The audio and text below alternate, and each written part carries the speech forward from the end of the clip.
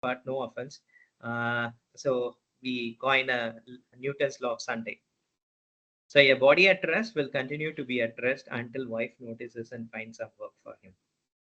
Okay, right. So after 200 years, we have this gentleman. His name was James Clerk Maxwell, and he was the one who combined electricity and magnetism.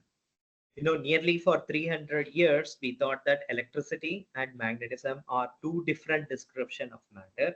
But Maxwell very elegantly united these two subjects, and now we have the concept called electromagnetic theory. Perhaps you people are enjoying or no enjoying this talk because of this gentleman only, because all the satellite communications obey Maxwell's equation. So Maxwell's equation was considered as the very first theoretician who worked on electricity and magnetism, combining it. And not only that, Maxwell also proved that the speed of electromagnetic wave is nothing but the speed of light in free space. Right. So once again, I want to have your attention on the year in which Maxwell passed away. He passed away in the year 1879. And in the very same year, this gentleman was born. So he was none other than Albert Einstein. So Albert Einstein born in the year 1879.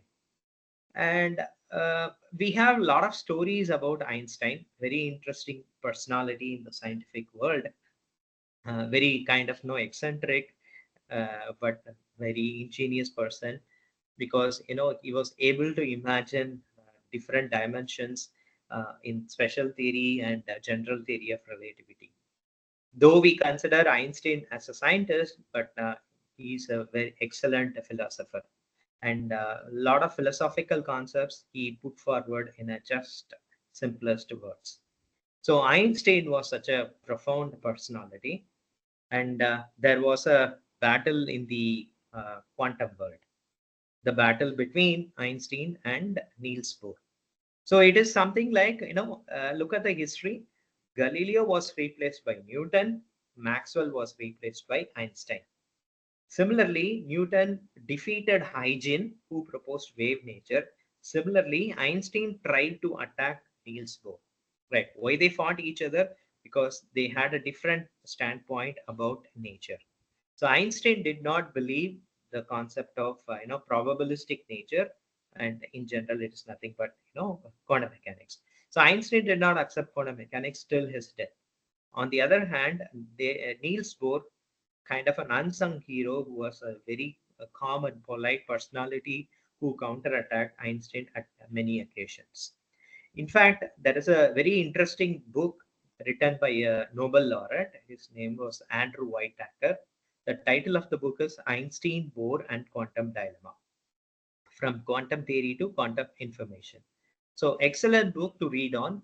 This book completely describes how Einstein and Niels Bohr fought each other, contemplate each other to understand the concept of quantum mechanics. It was excellent book to read on. Right. Now the question comes, when we say classical mechanics developed by Newton, what is the need for having a new theory called quantum mechanics? Because there are failures of classical mechanics. Though classical mechanics is 300 years old, still it could not explain certain fundamental concepts, starting from the structure of an atom. So in the earlier 19th century, people asked the question, what is the fundamental entity of the entire world? We come to the notion that atom, right? How the atom is made up of. So we know the elementary particles, namely protons, which are positively charged particle residing inside the nucleus of an atom, and electrons, which are negatively charged particle, which are present outside the nucleus. So the conventional classical theorem tells you that you keep electron outside the nucleus, but what will happen? The positively charged proton supposed to attract the negatively charged electron, and electron supposed to be found inside the nucleus. But unfortunately, it is not the case. We never find electron inside the nucleus. So then classical mechanics gives you the solution that why don't you keep the electron as a stationary? You can make the electron to be rotating. So the electrons are revolving around the nucleus, but electrons are losing its energy when they revolve. So after some time, it has to stop because kinetic energy comes to zero. Once again, the electron should be attracted by the nucleus, and because nucleus has positively charged proton. But no circumstances we find an electron inside the nucleus.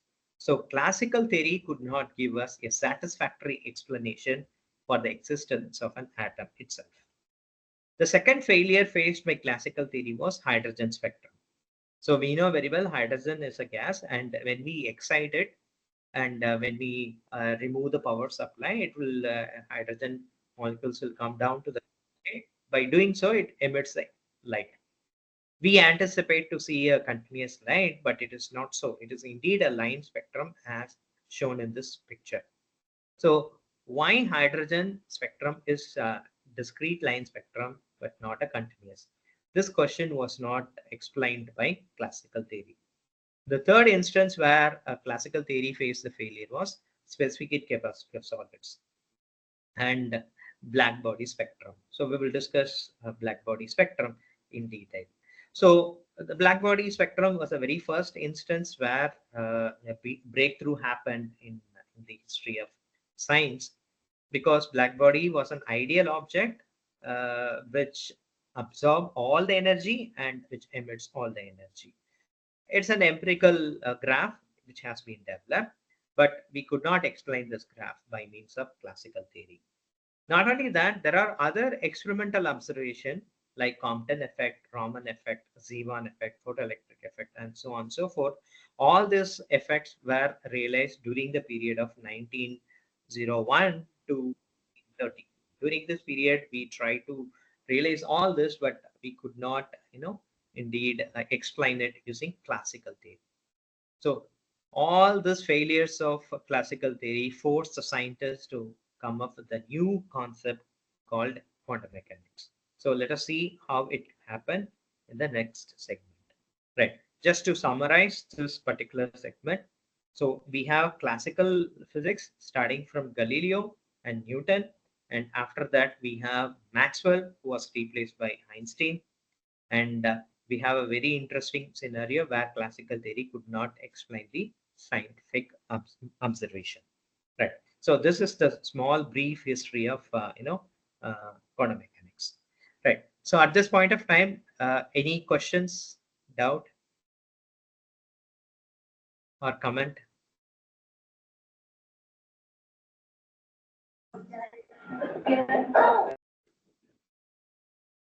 No questions? Okay. Let me move No, on. sir. No, sir. Continue, Oh, sir. okay. Thank you. So let me move on to the next segment. Okay, so here we are going to see the basic foundations of quantum mechanics and how it is different from the 300-year-old classical physics. Right.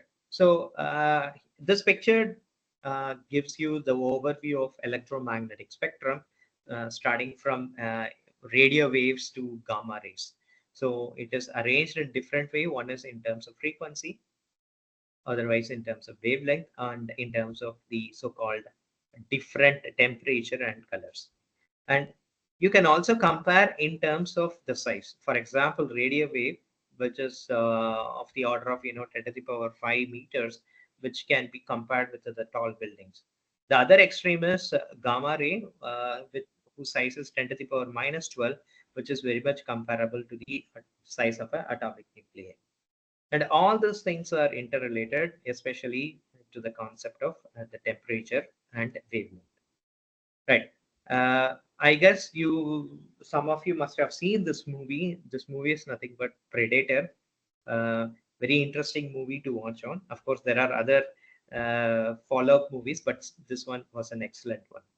Right. So in this movie, if you see, there is a villain. The villain was none other than an alien. Alien could see people only in the infrared region. So his visible region is in the infrared region.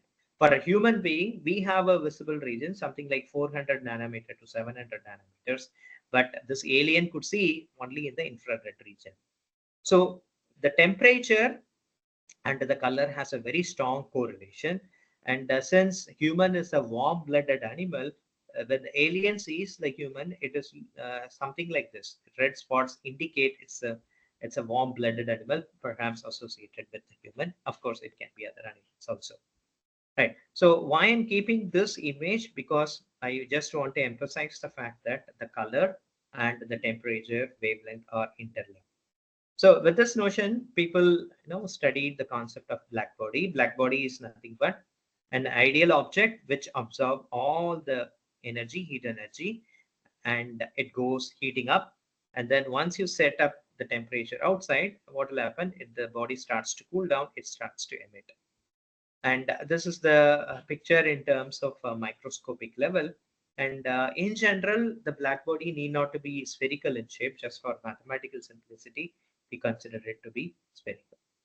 Right. So there was an experiment, interesting experiment. So black body was constructed with the different metals, and a graph was plotted. So graph was plotted between the wavelength of emitted light and the total energy spectrum, or spectral energy density, which is defined in this way. So when this graph is plotted, it was very much surprising fact that any metal you any metal you take as a black body, still you find the same kind of trend. The black body spectrum behaves in the same way. It was really a surprise.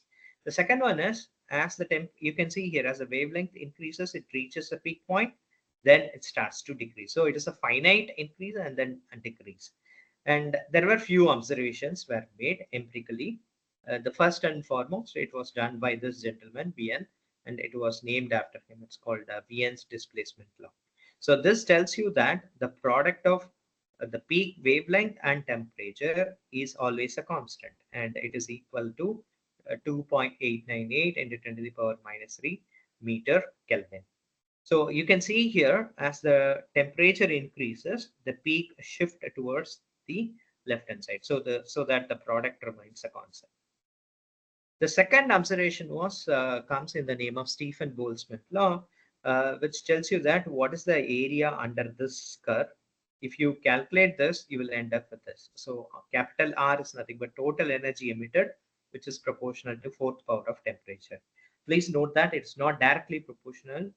It is fourth power of temperature. So if the temperature increases twofold, the total energy emitted per unit area per unit second increases to 16 times. So a small increase in temperature will increase the total radiation to fourfold. Right. So VN worked on to explain this curve, but unfortunately we could not explain. He could explain the curve only at the higher frequency. So same is the case. Rayleigh genes, Rayleigh and genes applied a very, very rigorous classical physics to come up with the expression. But as per their expression, what happens? As the frequency increases, the total energy density approaches infinity, which is not the case at all. The experimental curve tells you that as the temperature increases, it reaches, as the frequency, in this case, as the frequency increases, reaches a peak point and then starts to decrease.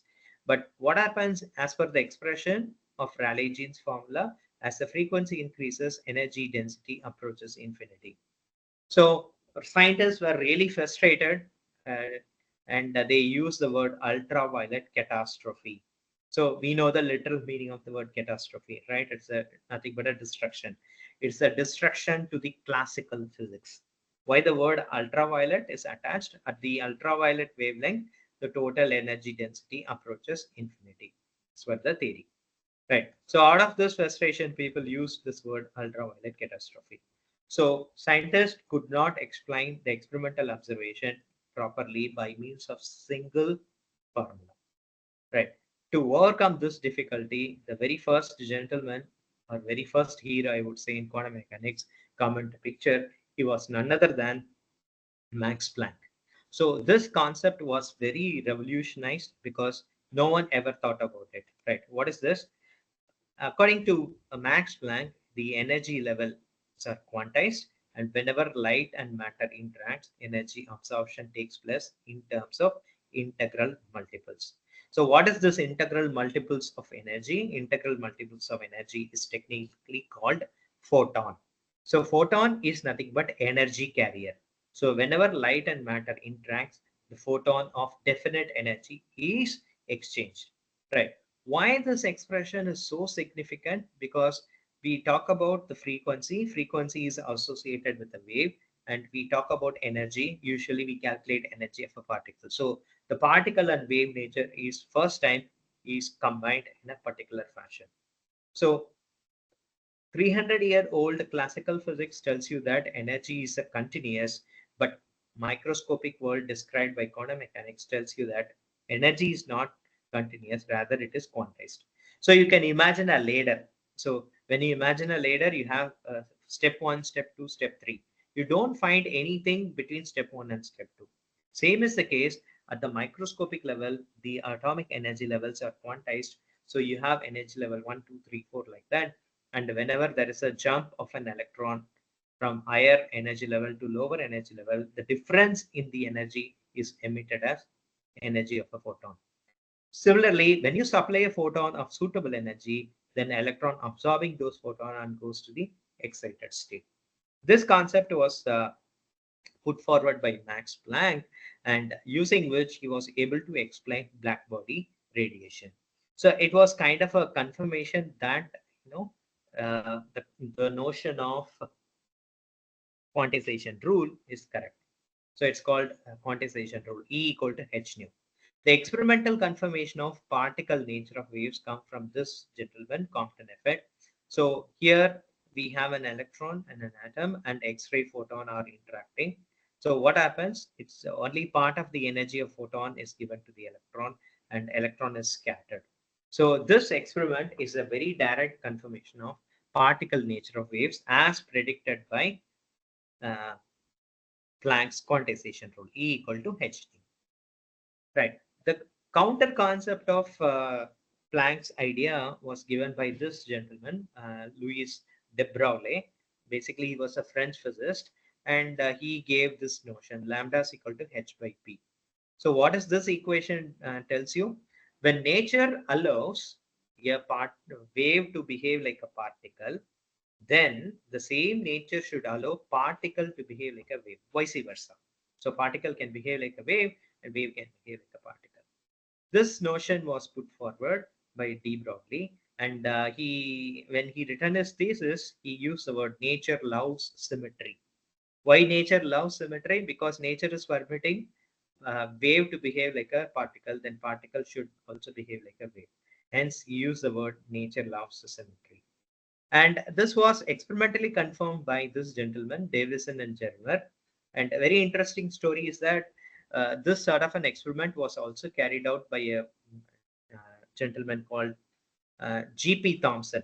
So G.P. Thomson proved wave nature of particle and he got Nobel Prize. And G.P. Thomson was none other than son of J.P. Thomson, who proved that electron is a particle.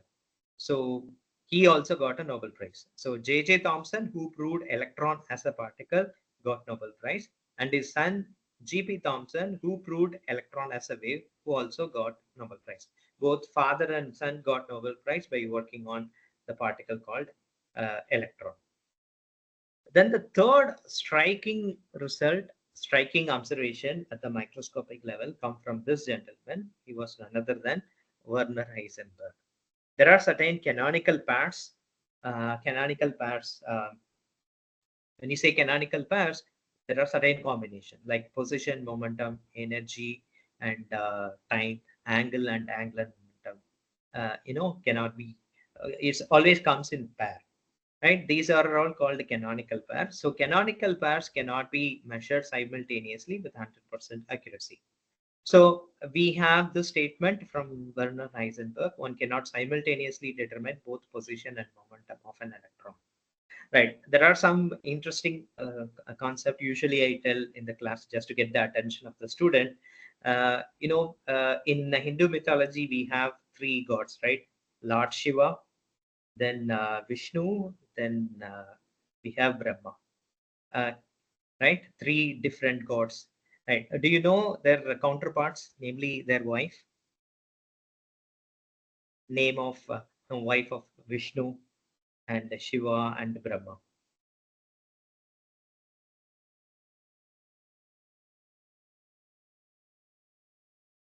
You'd be wondering why there is a connection. There is an interesting connection. Parvati, Lakshmi. Oh, sir, am I audible? Yes, ma'am. Yes, ma'am. Go ahead, ma'am.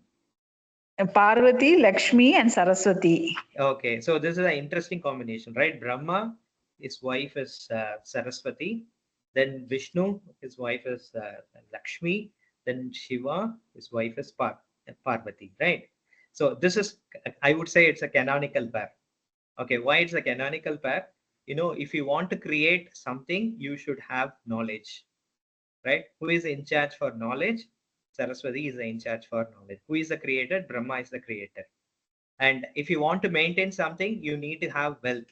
Who is in charge for wealth? Lakshmi is in charge for wealth. So who is taking care? Vishnu. And if you want to destroy something, you need to have power, Shakti, right? And Shakti is the counterpart of Shiva. So this is the canonical pair. Usually I mention in the class. So similarly, in science, in physics, we have position and momentum, angle and angular momentum, energy and time. It cannot be measured simultaneously, and they are indeed canonical pairs. Okay, right. So just to summarize what we have learned, three breakthroughs in the world of quantum mechanics. One is Planck's quantization rule.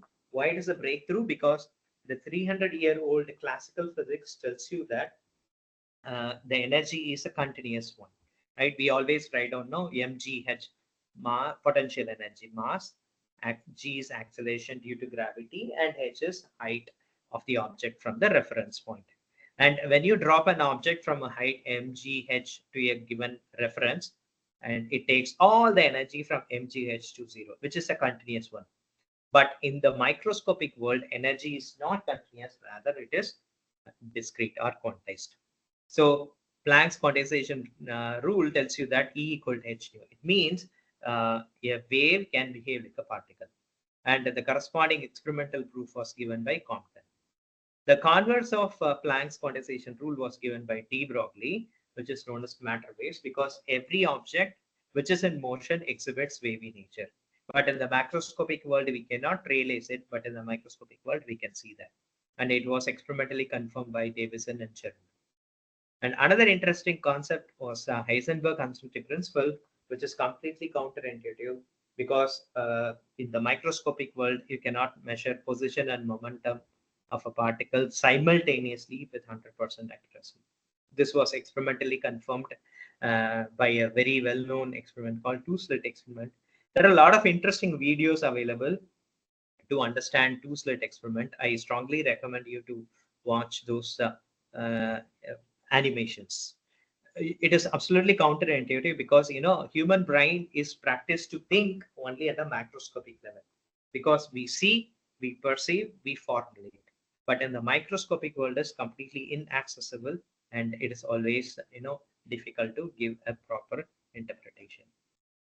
Okay, right. So this is a very celebrated picture taken in the year 1927. This picture was very colorful. It was made colorful, of course.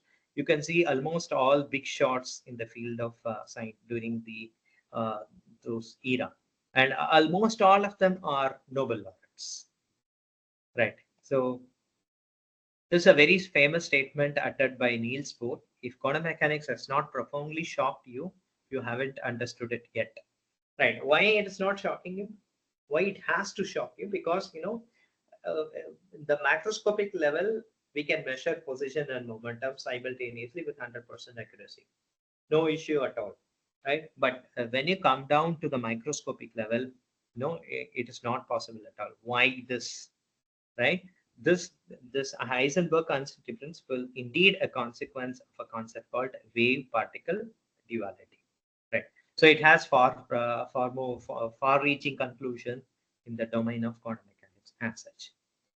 Right. So this is the end of second segment. If you have any question, doubt, or comment, I'd be glad to answer.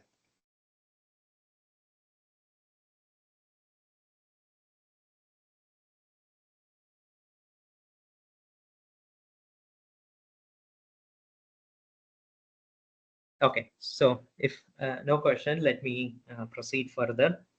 Okay, so the third segment talks about an introduction to quantum computation. Okay, so what is this story? So, as I mentioned in the beginning, we have the development of quantum mechanics starting from 1901 to 1940. But within a span of 40 years, everything was developed. And there was another field which was also parallelly developed after the discovery of semiconductors and their significance. Semiconductor technology replaced valve technology, and hence we have all this notion. Right. So the field was nothing but classical computation, and the notion of computation comes from World War, especially the Second World War. Indeed, forced many nations to do this research, namely computation and especially cryptography. So many of the countries involved in the Second World War, they wanted to send their message in a very secret way across their allies, right? How to send those information in a secret way. For that, they won't have a device. So the device they developed is nothing but a computational device, which we call it as at a later stage as computer, nothing but a classical computer. Right. So here you can see a picture which gives you this. So you're giving an input and there's a process and we are getting the output. So it is something like IPO model, input processing output model. This is how it works. Right. There were two gentlemen, Turing and a student Churchill. Both of them are regarded as, kind of founders of classical theoretical computation.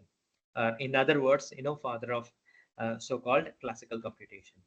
So they have come up with a concept called the Turing machine, and the Turing machine later got into the name of so-called a computer, what we are using right now.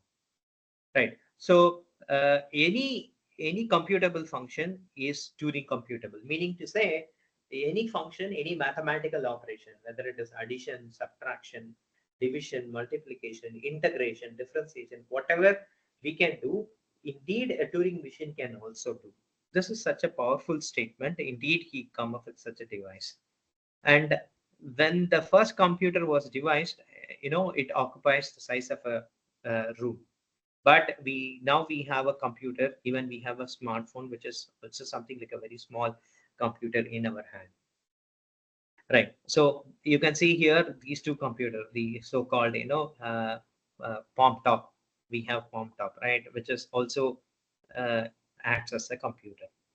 Right. So classical computer have this interesting story. There was a gentleman, Gordon Moore, who associated with Intel. He asked this question. So when we have a transistor, IC, integrated chip, how many transistors can be placed? According to him, as he predicted in the year 1970, Intel come up with various processor, right? We always say Intel processor 3, 4, 5, right? Intel processor 7, right? So over the years, you can see that the number of transistor placed in an integrated chip increases very rapidly. And by the year, 2010, we exhausted all the space in the IC. We don't have any space to put one more transistor, right? What is the meaning? The meaning is that you have started to move from macroscopic world to microscopic world. So this is the meaning of this particular graph. So we approached the macroscopic level to microscopic level. At the microscopic level, one should apply quantum physics, but not the classical physics. So this was the point. So uh, this gentleman, none other than Richard Feynman, who was considered to be born genius next to Albert Einstein, delivered a very interesting talk in Caltech University in the year 1985. So he was talking about this scenario. He introduced two different fields. One is nanotechnology, the other one is quantum computation. Right. So the essence of the talk he delivered was something like this. See, whatever characteristic we depict, it's not ours. Indeed, we are depicting our ancestors' characteristic. And we always come across this, we always say, to our sibling or even to our own kids, you look like your grandmother, you look like your grandfather, right? In terms of their appearance or in terms of their behavior and all, right? So whatever characteristic we have, it is indeed derived from our ancestors. When I say ancestors, not just our ancestors, I'm talking about no starting from Homo sapiens when we lived in the cave, right? So nature has the ability to store huge amount of information in a small physical entity called gene. So our gene contain every information about our ancestors. So if nature is capable of storing huge data in a small physical entity, why don't you try to mimic? That's why you use this word, plenty of rooms at the bottom. So we have a lot of things to do at the microscopic level. So he used this word. It seems that laws of physics present no barrier to reducing the size of computer until bits are the size of atoms and quantum behavior holds away. So once you come down from so-called macroscopic level to microscopic level, you cannot apply classical physics. You should apply only quantum physics. So you try to mimic the nature. So this was the motivation given by this gentleman. After this, there were two path-breaking work. One is from Peter Shore, the other one is Grover. Of course, I will discuss these two in detail in the next segment. Before that, I should introduce some of the basic terms that is very much mandatory in quantum computation on the whole. Right. So I need to introduce certain terms starting from qubits. So qubits are nothing but it's a quantum bit. Qubits are the acronym of quantum bit, and it's a analog of bits what we use, zeros and ones. So what we have zeros and ones, we have high voltage and low voltage, right? On and off, on state, off state. Right. Similarly, in the analog of classical bit, we have quantum bit. We consider plenty of proposal in the sense that we can consider an atom, we can say ground state energy, something like get zero, and the excited state, first excited state is get one.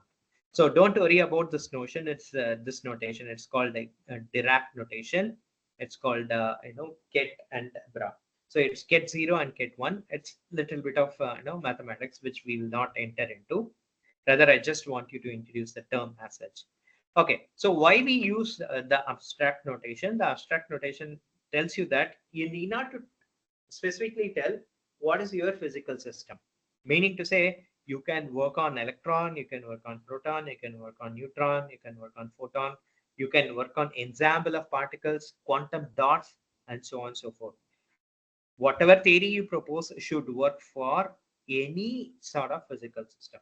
That's why this notation is used, Dirac notation, abstract notation. Right. So the quantum states are written in this fashion. So 0 and 1, we have two coefficients here. A and B are complex numbers in general, and they have to satisfy this condition, mod A square plus mod B square equal to 1. If you don't impose this condition, it is merely a mathematics statement, but we are imposing this, right? Why we are imposing this? We are imposing this for the concept of conservation of probability, right? So what do you mean by conservation of probability, right? Something like this. So what is the probability of finding Balakrishnan in Vellore? It's 1. I am here, right? At the same time, what's the probability of finding Balakrishnan in Chennai?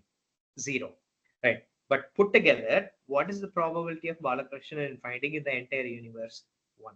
So the conservation of probability is so crucial, and that is being imposed here in this condition, mod A square plus mod B square equal to 1. And of course, any two-level system can act as a quantum bit or qubit, right? So you will come across this at the, even if you go to so-called n qubit system, this condition will hold good.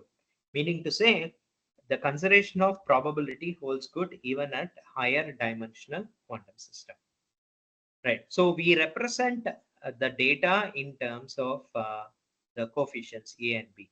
So now the question is, in the case of a classical switch, let us take, you just look at a switch in your room. The switch has two possible states, on or off. Either it can be on or it can be off. But on the microscopic world, we have a different scenario. We can have a combination of on and off.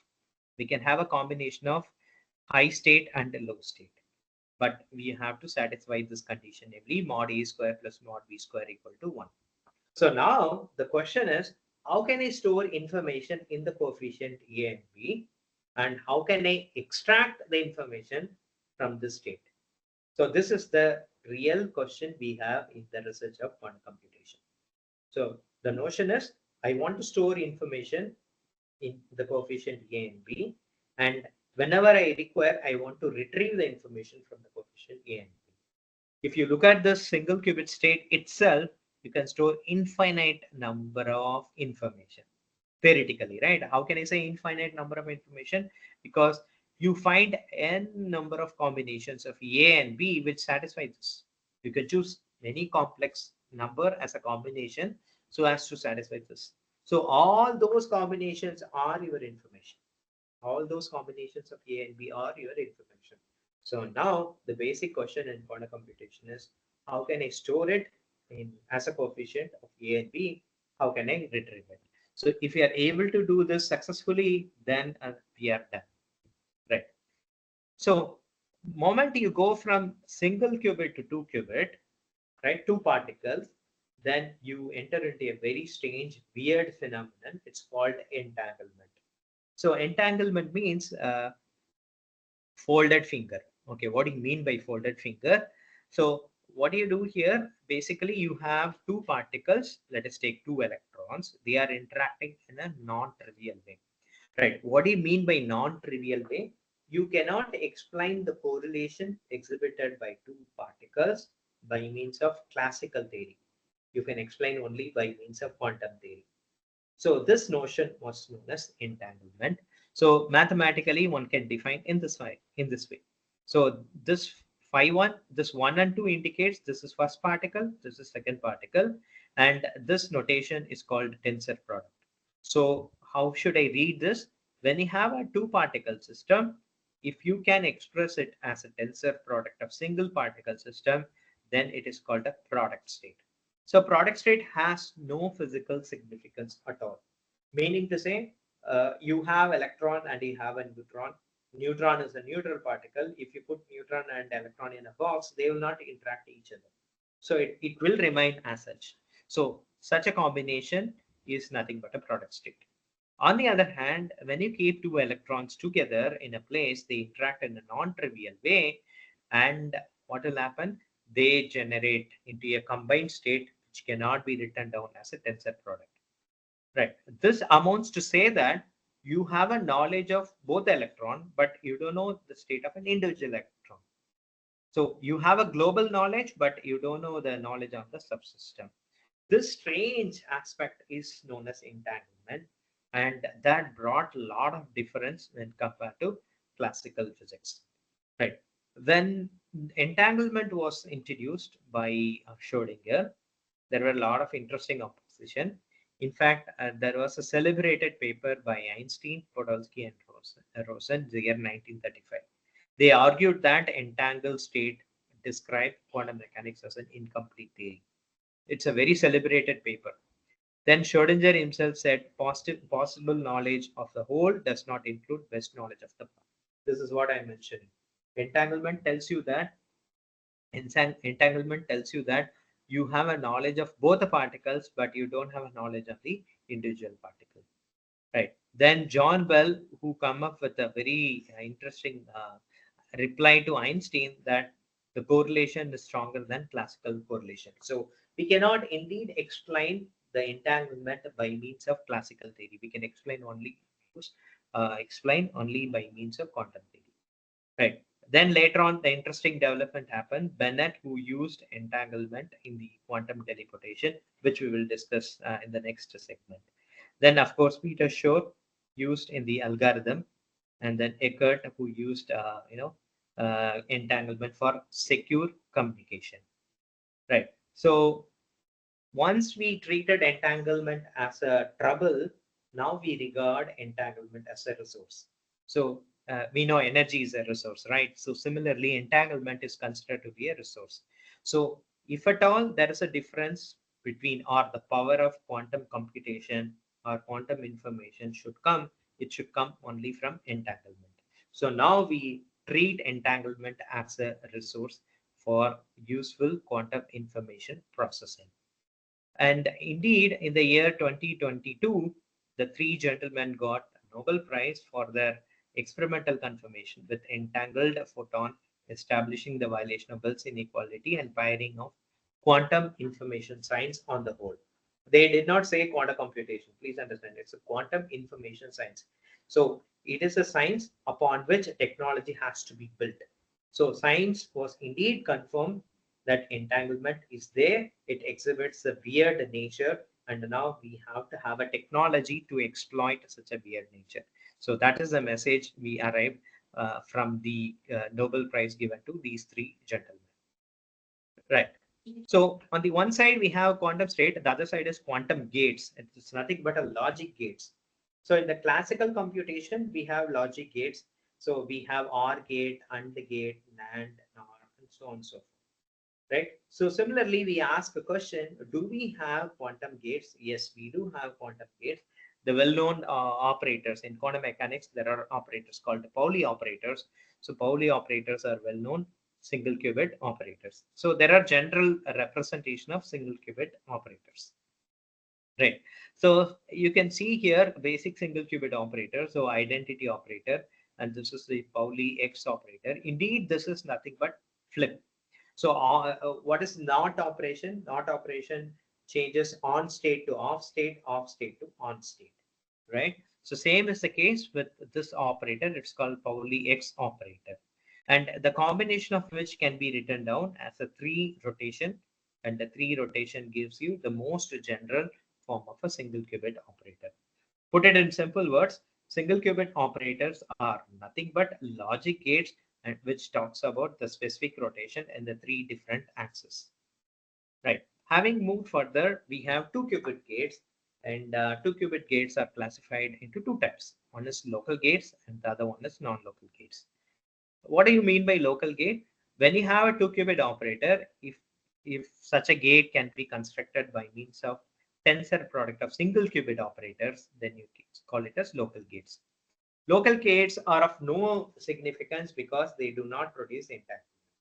On the other hand, there are so many 2 qubit operators which cannot be written down as a tensor product of single qubit operator. Such gates are called non-local gates, and they can produce entanglement. So understand, entanglement is the heart of all the computation process. Having said that, we need to know how to generate them by means of applying logic gates, quantum logic gates. So that's why this research finding it to be so important. There are a couple of important operators, 2 qubit operator or gates. It's called C not, controlled not operation. So the circuit symbol is given by this, which will be very handy when you want to work on, like IBM Qiskit and so on and so forth. Right. So here you can see the top line. It's the controlled operation. This is the control qubit. This is the target qubit. Right. C naught is considered to be the most powerful operation, which is believed to be the universal gate. Right. What do you mean by universal gate? In the classical computation, we say that NAND is a universal gate, NOR is a universal gate. What do you mean by universality in the classical computation? Given a NAND operation, given a NAND gate, you can construct all other operators, all other gates. So similarly, given a C naught, you can construct all other 2 qubit operators. But the question is, how many C naught we require? We require 3 C naught. But 3 is not optimal. We are not happy with that. Can we use 2 C naught to construct all the 2 qubit operator? The answer is negative. So we look for some other 2 qubit operator, 2 applications of which we want to construct all the 2 qubit operation. So we are looking for such an operation, right? So whenever we work on quantum logic gates, we should note the circuit symbol and that matrix form. So the well-known operator C naught, swap, double C naught, the matrix form and corresponding symbol is given below. Right. So there are some fundamental breakthrough in this direction. So we know certain fundamental 2 qubit gates which can behave like a universal gate, but still we are not yet finalized. Why it is? Because as I pointed out, C naught, which is so powerful, but we need 3 such gates to construct all the 2 qubit operation. 3 is not optimal in terms of number of gates. So we want to use only 2 applications to generate all the 2 qubit operation. and we don't yet settle. Right. There are certain interesting aspects of quantum computer. The first and foremost, reversibility. Right. The chief difference between a classical computation and quantum computation comes through this. It's called reversibility. So let me explain this. So let us imagine a OR gate, the truth table of OR gate, right? What is the truth table of OR gate? You have two inputs, A and B, and you have the output. So when the inputs are 0, 0, output is 0. When the input is 0 and 1, output is 1. When the input is 1, 0, the output is 1. When the input is 1, 1, the output is 1. So this is the truth table. But the point is, given an output as 1, can we find out the input state? No, it's not possible, right? Given an output as 1, we cannot tell what is the input state. So we lost our information about the input state. But in the case of quantum computer, it's not so, because it is unitary. All the dynamics are unitary, and hence there is a fundamental reversibility. This has a far-reaching conclusion because when you have a quantum computer, it will not lose any of its input. Input to output, if you want to come from output to input, it's always possible. And no cloning theorem is the heart of quantum communication. So unknown quantum state cannot be copied. That is indeed the power of quantum cryptography. So for example, let us say two parties, Alice and Bob, they are transmitting qubits. And there is an eavesdropper, Eve, who is capturing the qubit, who wants to learn what is the message encoded. Since unknown qubit cannot be copied, Eve cannot find out what is the message stored in the qubit. So no cloning theorem, though it looks like a constraint, indeed it's not a constraint, it is the power of quantum system. So no cloning theorem has been exploited in the communication process. Right. These are the three important advantage of quantum computation in the whole. Right. So we always have this question: can we realize quantum computer? Right. I get the help of Niels Bohr to answer this. Prediction is always difficult, especially if it is about the future. So as of now, we are working towards the realization of quantum computer, but we have not yet reached the real destination. We are in the track because we know how to construct a quantum computer, but we have not yet reached. Okay, so this is the end of the third segment. Let me move on to the last one, which is indeed the title of this talk.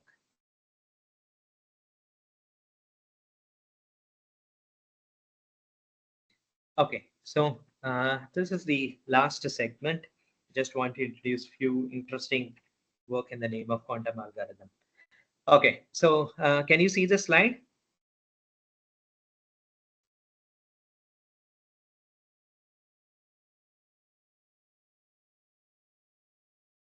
Yes, sir. Okay, thank Sir, you. yes, sir. Yes. Right, fine. Okay, so let me check this. Okay, can you see the slide now? Sir, Because can you that- please Yes, sir. switch on to the slide mode, sir? It's in the normal mode. Can you switch Okay. on to the slide mode? Right, can you see now?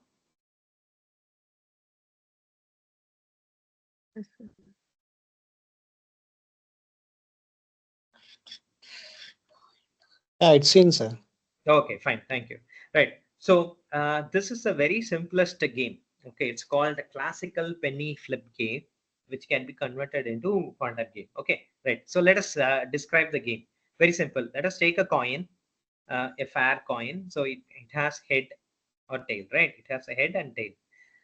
Right. So we have two players. The first player is known as Bob. Bob has the option to flip the coin, meaning if there is a head, he can change to tail, right? And he does that without the knowledge of his opponent, namely Alice. So after this process, the coin is Alice is giving a choice whether to flip the state of the coin or not. So note that Bob does not know what Alice does. And same is the case with Alice, right? After this process, once again, Bob gets a turn, and then he can either retain the coin in the same state or he can flip it. So finally, the state of the coin is revealed. So the turn is something like Bob, Alice, Bob. Either they can retain the coin in the same state or the coin state can be flipped. And these operations are carried out without the knowledge of each other. Right. So what is the rule of the game? If the state of the coin after this process is the same as the initial state, then Bob is declared as a winner. On the other hand, if the states are different, output state is different from the input state, then Alice is declared as a winner. Right? It is interesting to see that Bob gets 2 turns and Alice gets only 1 turn. Right? If we try to work out this problem using classical computer, what is the success probability for Alice and Bob? Can you make a guess? Who will get 50, more chance? 50, 50-50. Excellent. So though it looks like, Bob is getting 2 chances, he cannot really win. He cannot really win. In fact, both the players have 50-50 chance to win. Okay, right. Interesting part is the same game can be played in the microscopic world. It's called quantum finite game, which is zero-sum game. It's called, why it's zero-sum? Because if one wins, other loses, right? One wins, other loses. When you sum it up, it should be zero. So in the sense that one win at the cost of the other, right? So now you can see the strategy. So N refers to no flipping, F refers to flipping, right? This is the combination. You can see here -1, 1, 0, sum is 0. Same is the case. Whatever combination you can take, you will land it on this, right? Now let us play this game at the microscopic world, right? What do you mean by microscopic world here? Instead of head and tail of a coin, we have an electron which shows spin up and spin down. So electron has an inherent spin. It's called a fermion, and it can show either spin up or spin down. Right. Bob is getting a chance to play this operation. It's called head-mod operator, which creates equal superposition. Equal superposition of spin up and spin down. It's something like equal superposition of head and tail. When I say equal superposition, it means 50% of head plus 50% of tail. Right. So Bob is applying this, thereby he is creating the superposition state. Now Alice gets a chance. Alice, after all, is a classical player who has either to retain the coin in the same state or flipping the coin. So what will happen to the superposition? Head becomes tail, tail becomes head, but the superposition remains the same. In the final stage, Bob applies Hadamard gate once again. Since Hadamard, the inverse of Hadamard is Hadamard itself, it will bring the superposition to the desired state. So the initial state and final state always the same, and Bob always wins the game irrespective of Alice move. So whatever be the initial state, whatever be the Alice strategy, whether it is flipping or no flipping, still he can win. Bob can always win. So this is the very simplest scenario which shows the power of quantum operator. Hadamard is nothing but a quantum single qubit operator or single qubit gate. This shows the power of quantum operator. So whenever a player adopts quantum strategy, quantum move, he can win the classical player. So in this case, Alice is the classical player. Right. So this problem was developed by this gentleman, David Mayer, and this work published in Physical Review. And this was the very first instance where the notion of quantum algorithm started in a very formal way.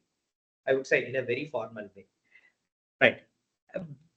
The much before this work in the year 1999, this notion was introduced. Okay, what is this? The classical teleportation. In fact, it is an animation, it's not mixing up. Okay, right. So what is this? We have two players, Alice and Bob, and they want to exchange the information. Okay, classical information. But classically, it's not possible to do that. Okay, classically, it's not possible to do that. Teleportation in a simple sense, no, in a literal meaning. What is mean by teleportation? I am disappearing at this point and reappearing in some other point in space, right? This is the teleportation. Can we do this process in the so-called microscopic world? Yes, it is possible to do so by means of sharing an entangled state. In fact, this is an animation. Unfortunately, it's not working in this mode. It works only in the full screen slide mode. Okay, so what we have here, we have so-called two players, once again, Alice and Bob. They are sharing an entangled pair here, right? One particle with Alice, the other particle with Bob. Having given this entangled pair, they can transmit the quantum information in the form of a qubit. So note that it's possible for Alice and Bob to transmit the qubit from one end to the another end with the help of entangled state. So entangled state is the resource, right? So the reverse process of teleportation is nothing but super dense coding, right? So we have an interesting conclusion here. So one entangled bit plus two classical bit gives you one qubit of communication.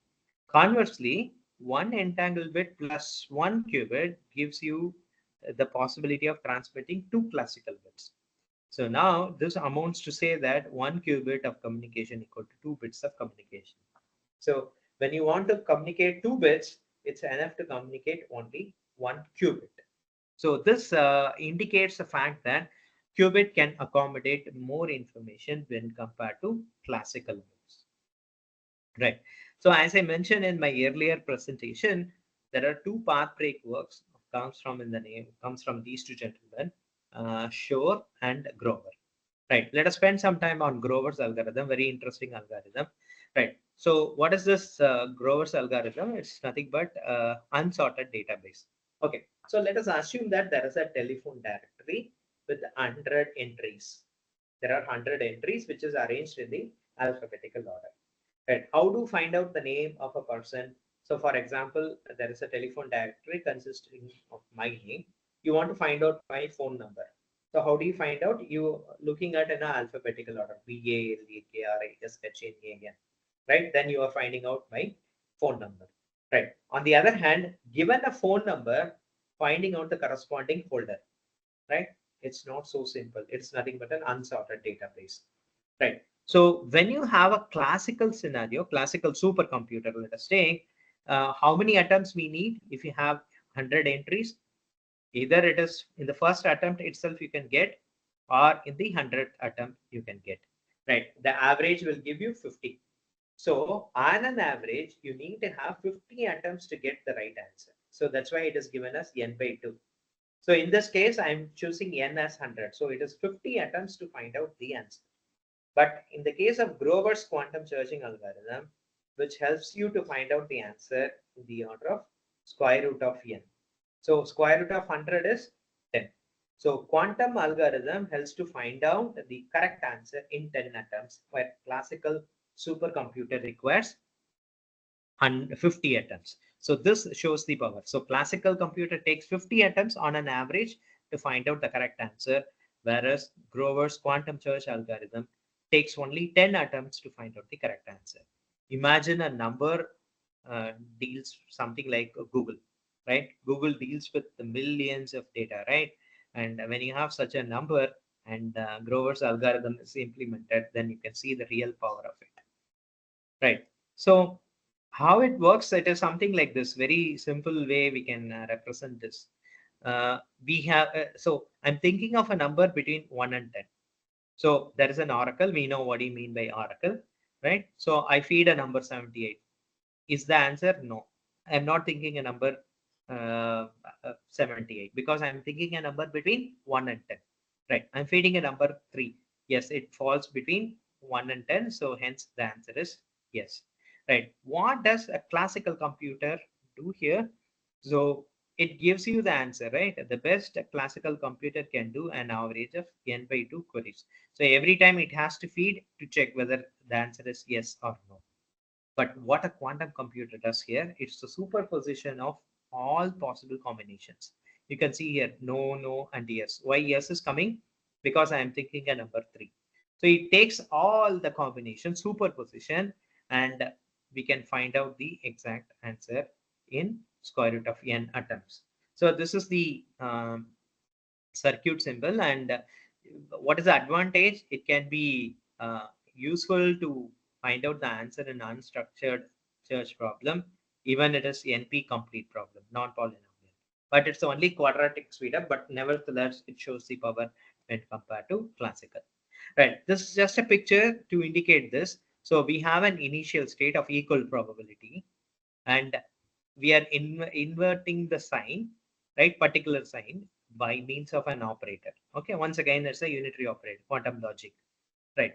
Note that it's flipping. So now it is flipped. So this is my desired answer. 10 is my desired answer. Okay, it is flipped. Now we are taking a mean value. So when you take the mean value, so top, up, bottom, and up. So you have the average. Now we are inverting with respect to the mean value. You can see that all the incorrect values become very negligible and only the right answer is peaking up. So this is the operator, namely Grover operator being applied, and then you can find out the correct answer with the square root of n attempts. Right. In fact, Love Grover was an Indian. Okay, and he proposed this algorithm. And look at the title he has given for his paper. Quantum mechanics helps in searching for a needle in a haystack. We know the meaning of the word, no? Needle in a haystack. So quantum mechanics helps you to find out needle in a haystack. So Grover's algorithm is indeed a very powerful, very simple algorithm which shows the prowess of quantum computer. Right. The most significant algorithm comes from this gentleman, Peter Shor, which talks about factorizing an algorithm, factorizing a number. So let us consider a number 57. We know the factors, prime factors, indeed 3 into 19. So this is indeed the principle behind in the so-called RSA crypto system. Right. I think I have. So RSA crypto system is the most sophisticated crypto system being used. Right. So indeed, RSA crypto system is based on prime factorization. Right. What do you mean by that? Let us assume that you have a 120-digit number, and you are supposed to find out whether it has prime factors or not. If you want to use a so-called sophisticated classical supercomputer, it takes these many years. You can see number of bits, just this, but still it takes these many years, right? On the other hand, when you have a potential quantum computer, it can find out the answer in just few minutes or few days. This shows the power of Shor's algorithm. So why it is so significant? Because RSA crypto system is being used by many developed countries to maintain their secrecy. And if Shor's algorithm come into picture, and if you have a quantum computer and feed these algorithms, what will happen? You can crack all those files. So the most sophisticated RSA crypto system is under threat by means of Shor's algorithm. That is the reason why many countries started investing money in this domain called quantum computation. Right. What is the chief mechanism by which the power of quantum algorithm comes? So these are the three major aspects which give the power to quantum algorithm. One is quantum parallelism. The other one is dimension of quantum space. The third one is the entanglement capability. Right. So what is quantum parallelism? So you can keep all your solution in a superposition state. You can keep all your possible solution in the superposition state, and whichever is correct answer, you can extract it whenever you want. So the quantum parallelism is indeed the power of all the quantum algorithms. Okay, quantum parallelism. Right. So just to summarize, I have mentioned couple of algorithms, namely prime factorization of Shor's algorithm. The other one is Grover's algorithm, which helps to find the desired answer in an unsorted database. Right. And these two are the path-breaking work. Path-breaking work.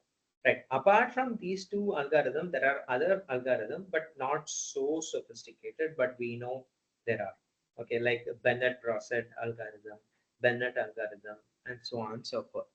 Right. But still, we need to do a lot of research. So we require more quantum algorithm in order to solve problems more efficiently. To understand the power of quantum computation, indeed, we want to know the power of quantum computation. There are instances where quantum computer outperform classical computer, but not all the time.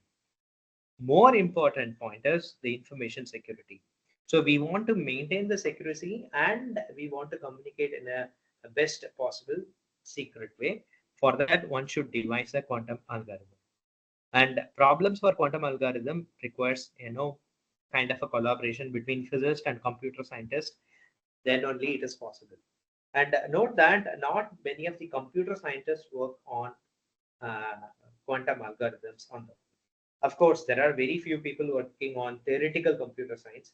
Those who have inclination towards theoretical computer science can also shift towards their focus on quantum algorithms for developing or devising much more secure algorithms. And we also want to know the counterintuitive aspect of quantum physics. So if we really want to understand the weird nature of microscopic world, quantum algorithms are some of the test beds. Right. So this is the kind of conclusion. There are many books available to understand quantum computation on the whole. In the recent days, a lot of books. Okay, and I would prefer you to go through this one, namely Quantum Computation and Quantum Information by Nielsen and Chong. Excellent book, and it is considered to be Bible in this field of quantum computation. And of course, there are recent books which come up on quantum information, even written by a couple of Indian authors. So, if you have any question, you are most welcome to approach me. Right. So, thanks a lot for your patient listening, and I think I have surpassed 9:30. Thanks a lot for your listening. If you have any question or comments, you are most welcome. Thank you, Professor. Participants, any questions from your side, please.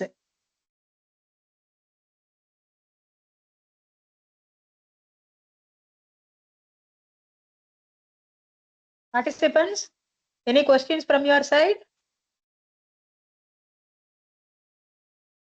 No questions, sir. Such a Yes, wonderful session. Right from the Newton to Grover computer, we enjoyed the session a lot. Thank you, sir. Sir, this is K. Sindil Kumar. Yes, sir, please. Huh? Yeah. I observed that you are given the greatest knowledge about this quantum computing process, everything. I really mesmerizing. Your class was, it is something like that. It's a distinct classes, sir. One thing I want to know about that, since I had a session with this non-model one in Tamil Nadu. Hmm. Hello. Yeah. Yes, sir. In a quantum computing with quantum with the black opal. I mean, do you remember that?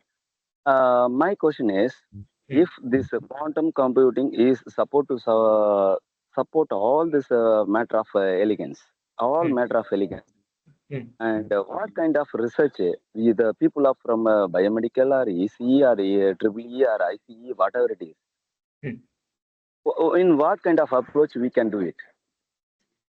Very good, sir. It's a nice question. Basically, quantum computation is highly an interdisciplinary subject. Okay, and if at all we want to realize a quantum computer in future, we need the help of mathematician, physicist, electrical engineer, computer engineer, right? Yeah, And very good, very good. Yeah, they should collaborate each other. Then only we can achieve milestone. And once such a milestone is reached, we have a lot of application, not only in bioscience related, but also in finance. In fact, there is a domain called quantum finance. Yes, sir. Yes, sir. Yes, sir. Oh, one more thing, sir. I'm doing research in the quantum computations, but still I didn't get this enormous amount of documentation and details and databases. But how to get it, sir? Please help me. Okay, so right, sir. So nowadays, a lot of online resources available. Okay, the simplest one I can tell you, Wikipedia. You just type quantum computer Wikipedia. Even you can see the roadmap. Interestingly, we know how to construct a quantum computer because we have a classical computer, right? We have hardware, we have software, two different domains. So what are the achievements we require in terms of hardware side? What are the achievements we need to require in terms of software side, right? So this is the two different pathway people should take. Computer scientists preferably they work on so-called quantum algorithms and error correction, quantum error correction. So note that we are not doing anything great, sir. Very simple. Already we have a knowledge, classical computation, we have a knowledge. We try to apply it in the domain of quantum computation. That's it. Thank you very much, sir. Yeah. Thank you, sir. So, sir, thank you. So your class was very nice. Thank you, sir. Really Thank you, sir. inspired. Really inspired. Thanks a lot, sir. Thank you. Thank you very much, sir. Thank you, Professor. Any participants, any questions from your side, please go ahead.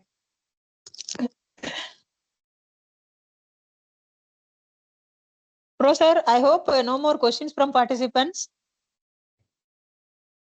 Fine, ma'am. Thanks a lot. And Yes, yeah, yes, Professor. as I mentioned, I can be Yes, approached ma'am. at any time.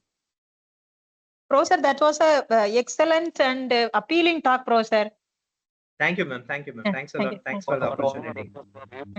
You try, please try to give your email ID, sir. We will be in contact. Sorry. Okay, sir. Definitely, sir. Yes, sir. I need, sir. I need. I am in on work.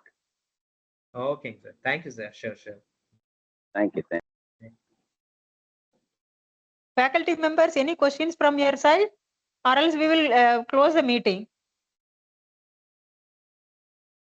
I think, Professor, shall we close the meeting, Professor? I think no more questions. Yes, ma'am. Yes, ma'am. Thanks a lot. I appreciate all those Thank- participants. Yeah. Thanks a lot. Good night. Good night. Thank you, Thank you, Professor. sir. Thank you. Thanks a lot. Thank you. Thank you, Professor. Thank you. Thank you.